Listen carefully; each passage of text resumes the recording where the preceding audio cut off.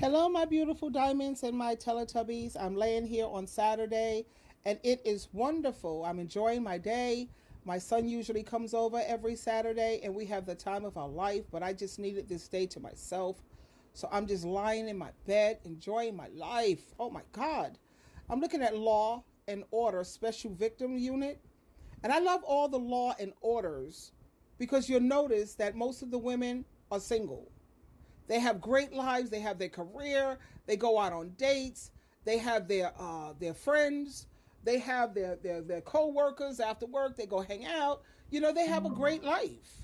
Like what is her name? The attorney on special victims. They have several different attorneys, and then they have the psychiatrist there. And these are all single people. When I think about the lifestyle that I want, the Delaney sisters, absolutely.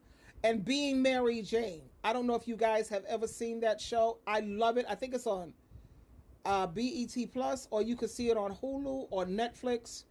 Being Mary Jane. Oh my God. I love, love, love that lifestyle. She's rich. She has her freedom. She has her career. She have different men that she's trying relationships with. They never really work. She has a very awesome life. Oh my God. She has her family. She has it all.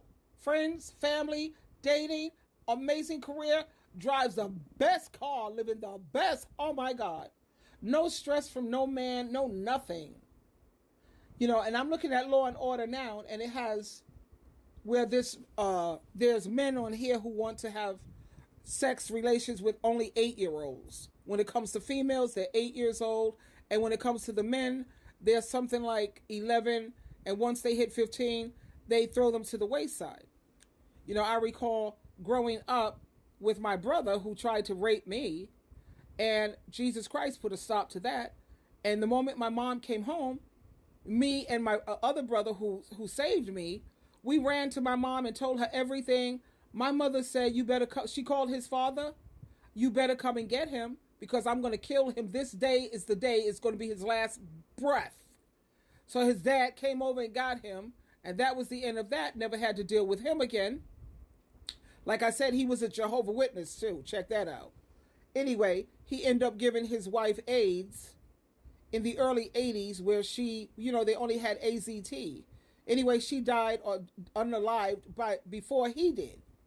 You have to be careful with these dudes because they start off all nice, but as we know, people change. Even we change. I'm not the same way that I was when I was 15. When I'm 20, I don't even think the same way I used to think when I was in my 30s and 40s. I don't. And you meet someone and it starts off like the fairy tale and everything is all gravy, and then they change up on you, and now you don't know who the hell you're with. You didn't sign up for that. And when it comes to taking vows, you didn't make a vow to God or Christ. You made it before God and Christ. And the Bible says anyway, do not become unevenly yoked with non-believers.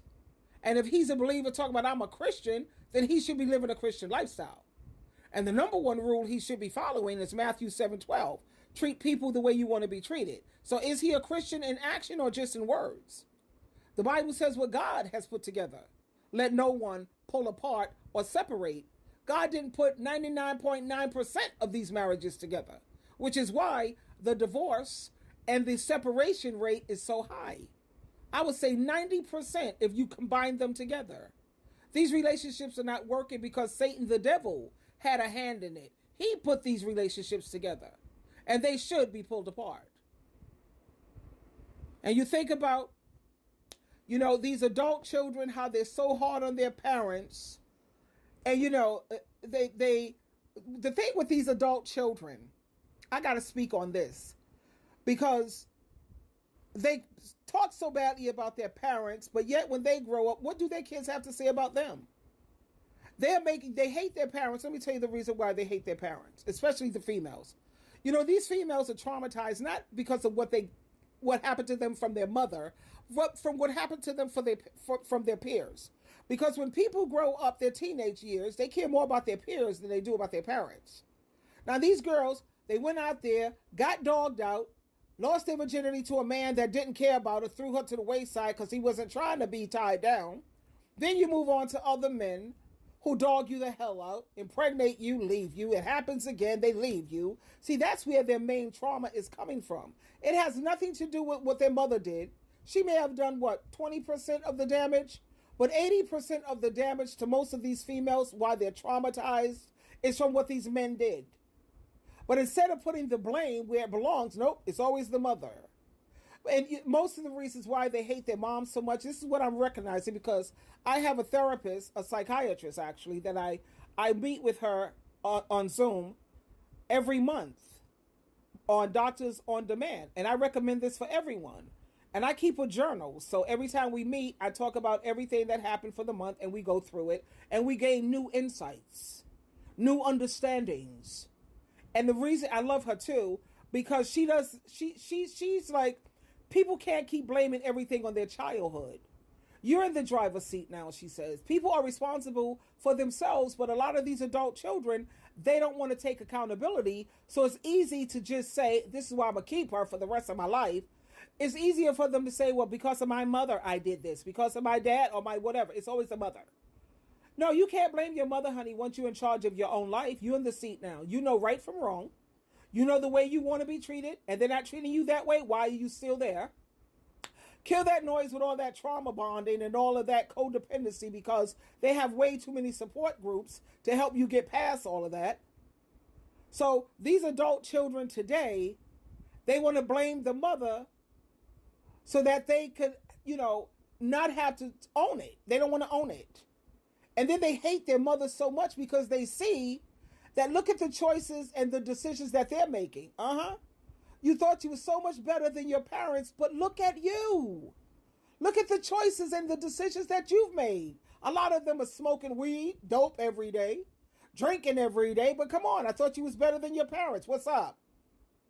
And this is why I love this. She's a psychiatrist, because I don't deal with social workers and counselors and all these people who don't have a PhD. I only deal going forward with psychiatrists or psychologists, because my medical coverage covers it. Because normally she charges $200 an hour. $200 an hour. So I know I have like the best, And we going into all of this blaming game, the blame game with these adult children, how they want to constantly, blame their parents. And the reason is because they don't want to take accountability. They realize, I'm not perfect. I see why my mom may have done this. I understand it now. Yeah. And let's talk about, how do their children treat them? What is their relationship like with their children? And what do their children have to say about them, since they're so much better than their parents? Come on, let's see you do better. They're not doing better, baby. Yeah, so back to Law and Order. You got these predators that most of them are sociopaths and and psychopaths. Psychopaths is something that they was missing in their brain when they was born. Sociopath is based on their environment. They let it affect them so badly they couldn't get over stuff. They couldn't build a bridge and get over it. So they turned into sociopath because of things that happened to them socially, and they didn't know how to build a bridge, and they just hung on to it, which is the same reason why narcissists become narcissists, because a lot of people are so traumatized. Some people can let it go. Some people can't. Some people become advocates. Some people become abusers. Like when they ask these rapists, why did you do it? They say, because it happened to me. So if it happened to you and you didn't like it, why would you turn around and do something else like that? See, that's what happens when you have common sense. But when you don't have common sense, when you have common sense, you become an advocate against it. But when you don't have common sense, you do the same rotten thing that happened to you. That don't make no sense to me. But anyway, I just wanted to share this with you. Being single is the best. It's easy. I'm enjoying my weekend. Tomorrow I have my spiritual food, my Bible studies, and I'm living the best life ever. I did my shopping online. I have my food being delivered. I am so very happy. Anyway, I wanted to share this with you. Be careful. Stay single. Live the single life. Being Mary Jane, Law and Order, Golden Girls, the Delaney sister. Happy life, honey. Let's be happy. Stop chasing drama and abuse. Peace is way better, and it's easier. No ball and chain for me. Twinkle, twinkle, twinkle.